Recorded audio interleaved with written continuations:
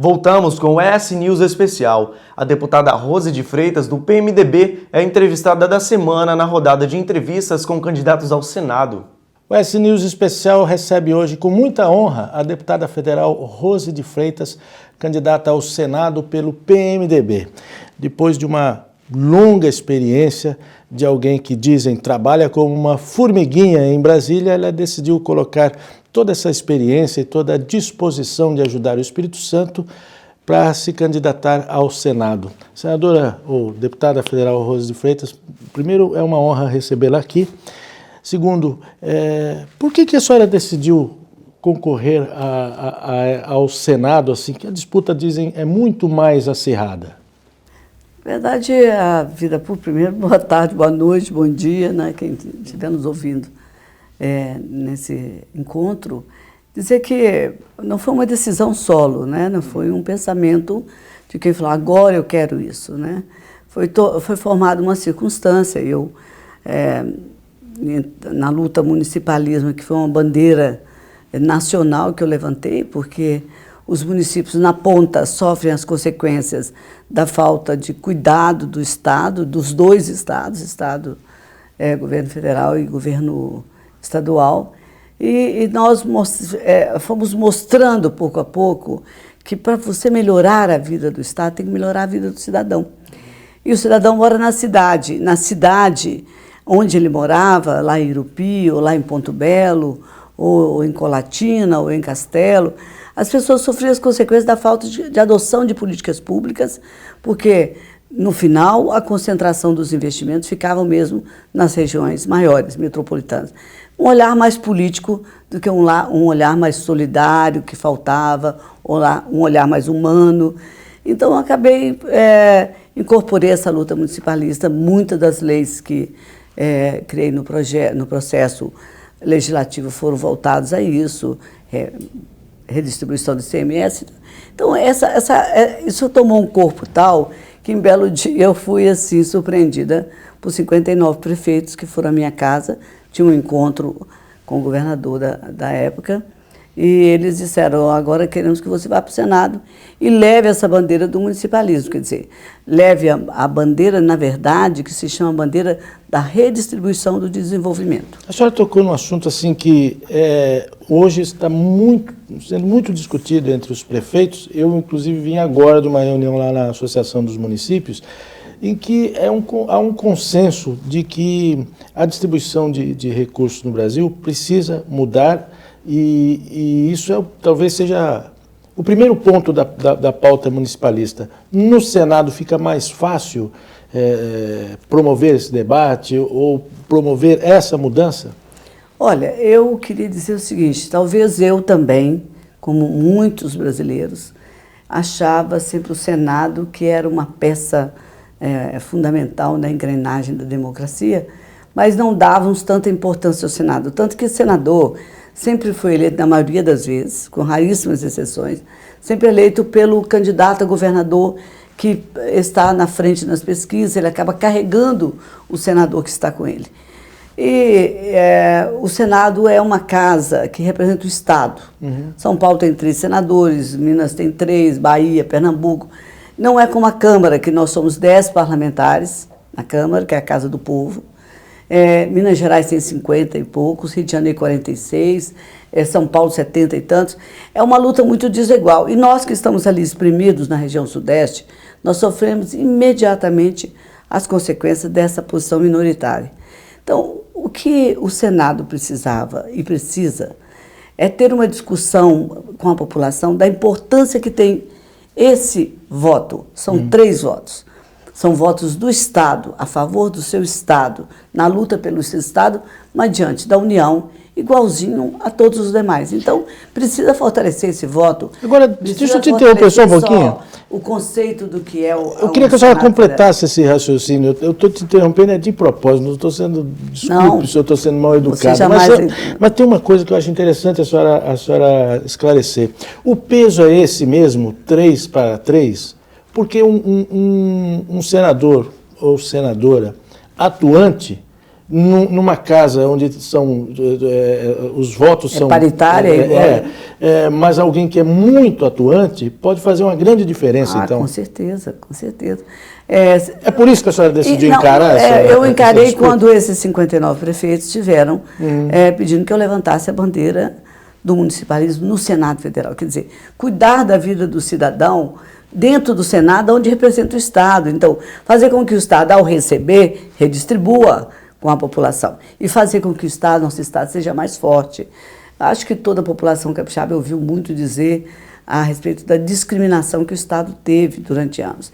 Eu diria assim, faltou um pouco de cada coisa. Faltou um pouco mais da insistência e presença do Estado e faltou também a mais força do Senado Federal. O Senado, um voto é decisivo em 81.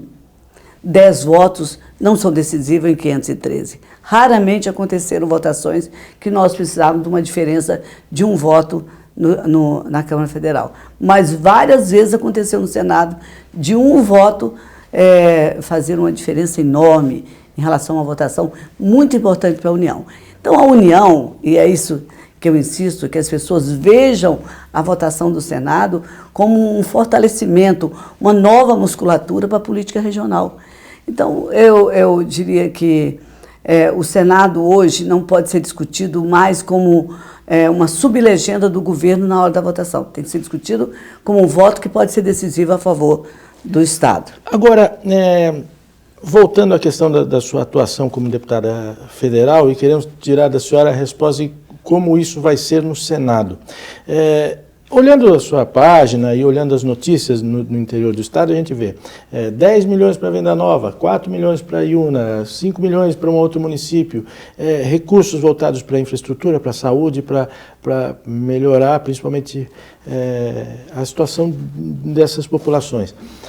E na Grande Vitória a gente vê Rose Freitas se envolveu para buscar mais recursos para a dragagem da Bahia, para fazer com que o projeto do aeroporto andasse de maneira mais célere. No Senado é possível melhorar ainda mais esse ritmo, melhorar ainda mais esses resultados? Porque tem coisas que se cobra muito aqui, né? Fortalece mais. Na questão do aeroporto, houve uma certa exaustão por parte dos políticos em dizer, olha, essa obra não sai mais. E eu não me conformei com isso. Então, toda semana que eu estava em Brasília, a primeira reunião era com a Infraero, porque eu acho que o aeroporto é um direito nosso. Faz falta ao desenvolvimento do Estado, acelera, consolida e abre a perspectiva desse Estado trazer mais turismo, né, ter mais negócios no Estado. Bom, por exemplo, o nosso porto, a dragagem no porto, nossos navios entravam com um calado de 7 metros, o que é muito pouco para um porto tão estratégico como o nosso. Nós conseguimos tirar, na época que fui vice-presidente da Câmara e do Congresso, evidentemente usando o espaço que eu tinha para trazer os 42 milhões de reais para a dragagem e tudo mais, né? Dragagem do porto. O porto hoje tem outra vida, hoje se fala diferente. Aliás, nós vamos ter o maior porto da América Latina, que é o Porto Central aqui no Espírito Santo. Tudo isso só acontece quando você senta na mesa para discutir. Por isso que eu acho que estar no Senado põe um voto que será sempre decisivo a favor do Estado. Eu não vou receber ordem de comando sem que ele esteja junto à pauta do Estado do Espírito Santo. E dizer mais, que eu acho que a representatividade da federação, sendo igualitária num processo democrático como o nosso, precisa ser usado melhor, né?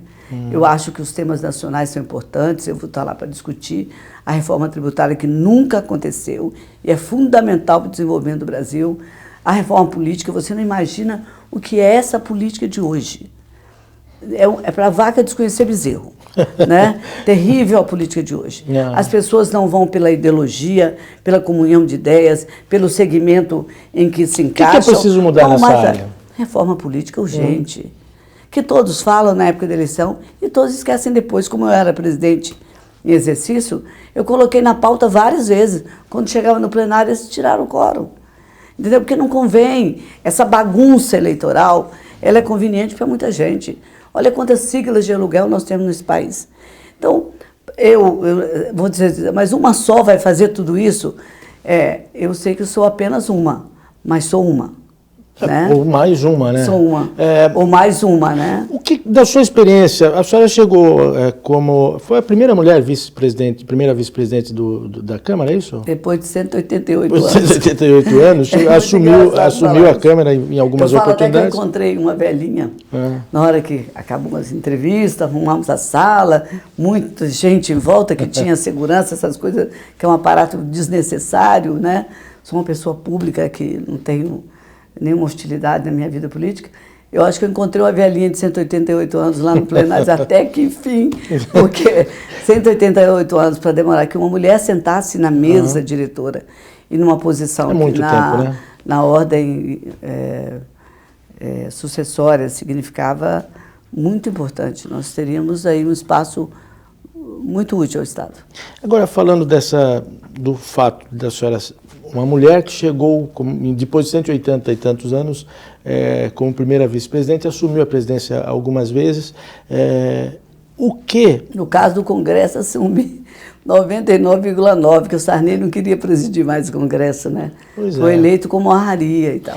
O que dessa experiência toda pode lhe ser útil, pode ser útil para o Espírito Santo, tendo o Rose de Freitas como senadora? Eu quero deixar essa pergunta para a senhora responder daqui a pouco, beber uma água, depois do intervalo, tá certo? Obrigada.